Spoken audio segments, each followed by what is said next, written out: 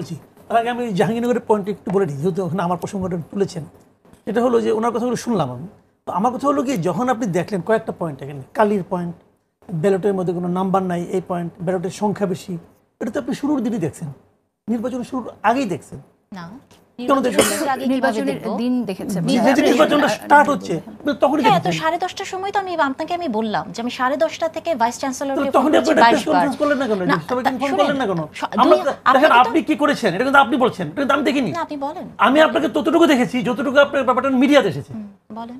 মিডিয়ার কথাটা তো আপনি যদি ওই দিনই ঘটে, যেদিন ইলেকশন হয়েছে, আপনি যদি ওই দিনই ফার্স্ট অর্ডার দেখে যদি আপনি রিজাইন করতেন যে এটা আমি করব না, আমি আপনাকে হয়ে যেত। আমি কি উত্তর দিব এখন নাকি কামাল ভাই বলে দিবেন? এটা সমাধানটা আমি আপনাকে করি। আমি তো একজন বিশ্ববিদ্যালয়ের শিক্ষক, হ্যাঁ। তো আমি যে কাজটি করেছি, যেটা আমার করার দরকার ছিল, আমি মনিটরিং সেলে ছিলাম। সো যখনই আমি অ্যানোমালিসটা দেখতে পেয়েছি এবং মেয়েরা যখন দেখেছে, তখনই আমি প্রশাসনকে জানিয়েছি যেটা করার। আপনাকে বললাম তো 10:30টায় ভোট শুরু হয়েছে, তার 1 ঘন্টার মধ্যে। হ্যাঁ, 1 ঘন্টার মধ্যে আপনাকে আমি কল রেকর্ড দেখাবো। মানে আমি বলছি, আপনি এটা ধরেন মোটা দাগে অনেক কিছু বলে দেওয়া যায় কামাল ভাই, হ্যাঁ, কিন্তু যে যখন দায়িত্ব থাকে তখন তাকে দায়িত্বশীল আচরণ করতে হবে। আপনি কি করে ভাবলেন যে প্রথম 1 আওয়ারের মধ্যে দেখে আমি রিজাইন করে দিব? আমাকে চেষ্টা করতে হবে না যে ইলেকশনটা, না, আপনাকে এটা শুনতে হবে আমার কথা, কারণ আপনি ঢালাওভাবে যদি আপনি এভাবে বলে দেন, এটা তো হবে না কামাল ভাই। কারণ ওই সিচুয়েশনের মধ্যে আমি ছিলাম, আপনি ছিলেন না, এবং ওখানে হাজার হাজার ছেলে মেয়ে ছিল, ক্যামেরা ছিল। তো সেজন্য আমি তো শেষ করি, সেটা হচ্ছে যে 10:30টার সময় এটা জানানোর পর আমি ভিসি কে ফোন করেছি 20 থেকে 22 বার, আমার কল রেকর্ড আছে, উনি আমার ফোন ধরেননি। ট্রেজারার না, আমাদের প্রক্টরকে ফোন করলাম, তাকে জানাতে হবে। প্রক্টর কয়েকবার ফোন করার পরে উনি ফোনটি ধরলেন এবং ধরে উনি আমাকে বললেন, এটা অসম্ভব বিষয়, আমি বিশ্বাস করি না যে কালি উঠে যায়। উনি নিজে আমাকে এটা বললেন, হ্যাঁ। তখন আমি বলছি, আমি বলছি আপনি বলছেন অসম্ভব বিষয়। উনি বলে যে হ্যাঁ, এটা অসম্ভব বিষয়।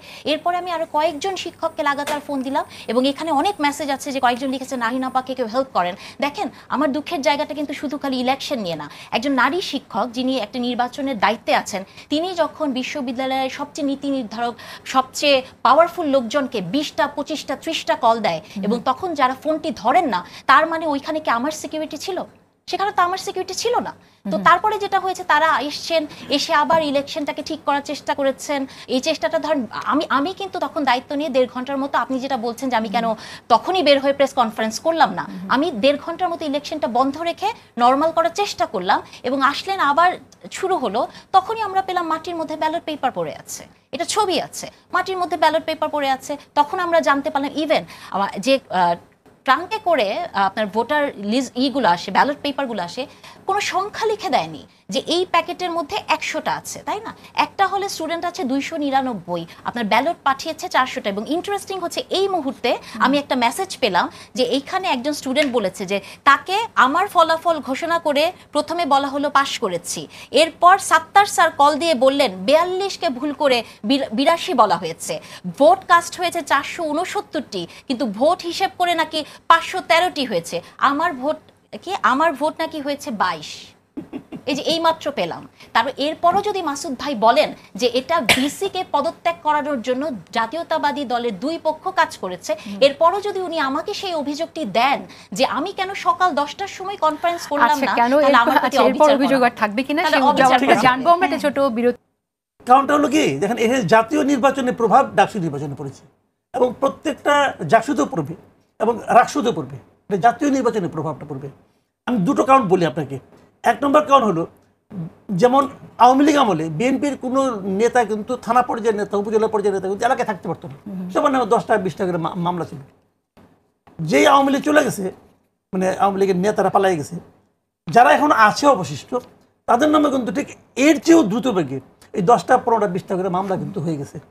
হওয়ার কারণে তাদের অনেকেই এলাকা ছাড়া এবং দৌড়ের উপরে আছে। এই মামলাগুলির বাদী কারা?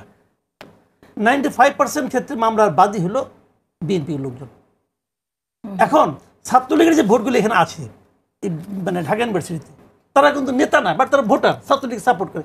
খবর নিয়ে দেখেন, এদেরও 90% ফ্যামিলি হলো আওয়ামী লীগের ফ্যামিলি। তার ভাই যুবলীগ করে, বাবা আওয়ামী লীগ করে, চাচা আওয়ামী লীগ করে, এই ফ্যামিলি থেকে কিন্তু এরা আসছে। তো ওরা যখন দেখছে যে বিএনপির কারণে আমার ফ্যামিলি তছনছ হয়ে যাচ্ছে, বিএনপির কারণে আমার বাপ দৌড়ের উপরে আছে, ভাই পালাই আছে, তখন তারা কিন্তু আর বিএনপির প্রতি কোনো ভালোবাসা অনুভব করবে না। প্রেম একতরফা হয় না ভাই। তখন তারা বিএনপির হাত থেকে বরং বাঁচার জন্য বিকল্প ভালো হিসাবে জামাত শিবিরকে ভোট দিচ্ছে। আর একটা কারণ বলি, বিএনপির লিডাররা সারাক্ষণ এমনভাবে কথাবার্তা বলেন যে মানুষ ধরেই নিয়েছে ওনারা ক্ষমতায় আসতেছেন, খালি ফেব্রুয়ারি মাসটা আসতে যা বাকি, আসলেই সবকিছু ঠিকঠাক বিএনপি ক্ষমতায়। আপনি কি মনে করছেন যে এখন তাদের আমি কিছু এই মানসিকতার জায়গায় কোনো পরিবর্তন আমার আসবে? ওটা পরে বলতেছি, আমার মনে করা কিছু যায় আসে না, আমি কেউ না, কিন্তু ঘটনা যেটা হয়েছে ঢাকা ইউনিভার্সিটির স্টুডেন্টদের জন্য আতঙ্কটা কি বলেন তো? আতঙ্ক হলো গণরুম, আতঙ্ক হলো পরীক্ষার আগের রাতে মিছিলে যাওয়া। এটা কারা করতো? ছাত্রলীগ নাম নেওয়ার কোনো লাভ নেই, ছাত্রলীগ কিন্তু ফ্যাক্টর না, ফ্যাক্টর হলো সরকারি দল। ছাত্রলীগ যদি সরকারি দল না হইতো এই পাওয়ার দেখাতে পারতো? পারতো না। আবার এর আগে যখন ছিল বিএনপি, যখন ক্ষমতা ছিল তখনও বিএনপি ছাত্র দল একই কাজ করতো। মানে সরকারি দল হলো এখানে ইম্পর্টেন্ট। তো যখন বিএনপি লিডাররা বলে আমরা ক্ষমতায় এসেই গেছি, তখন সাধারণ ছাত্ররা কোয়েশন করে দেখছে যে যাদের আমি এখন ভোট দেবো আগামী ফেব্রুয়ারির পর যারা সবাই সরকারি দল হয়ে যাব, তখন আমাদের কি হবে? আবার সেই গণরুম, আবার সেই মিছিল। এই ভিত্তির কারণেও কিছু ভোটে দিয়ে গেছে।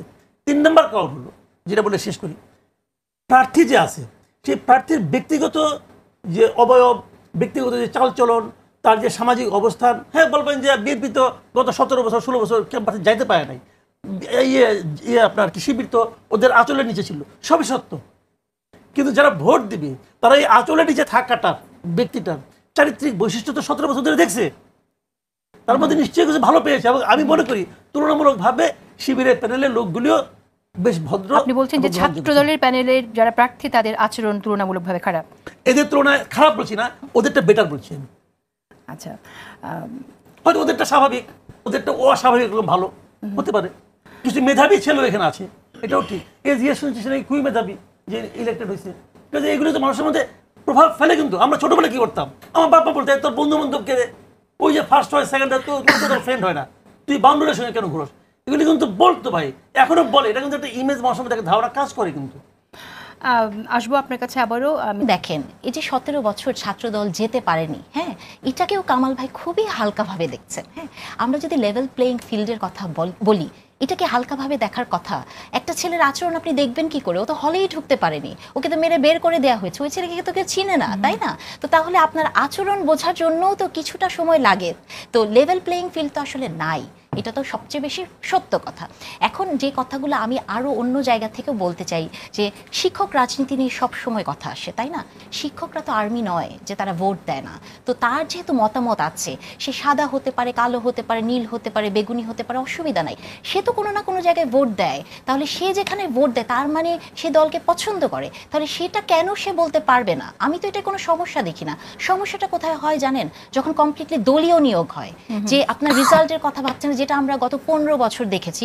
ইভেন আমি 15 বছরের থেকে লাস্ট 8-10 বছরের 7 বছরের কথা বলবো, যে ন্যাক্কারজনক ঘটনা মানে শিক্ষক নিয়োগে হয়েছে, সেটা রিফ্লেকশন এটা, তাই না? তো তাহলে মোটা দাগে শিক্ষকরা রাজনীতি করবে কি করবে না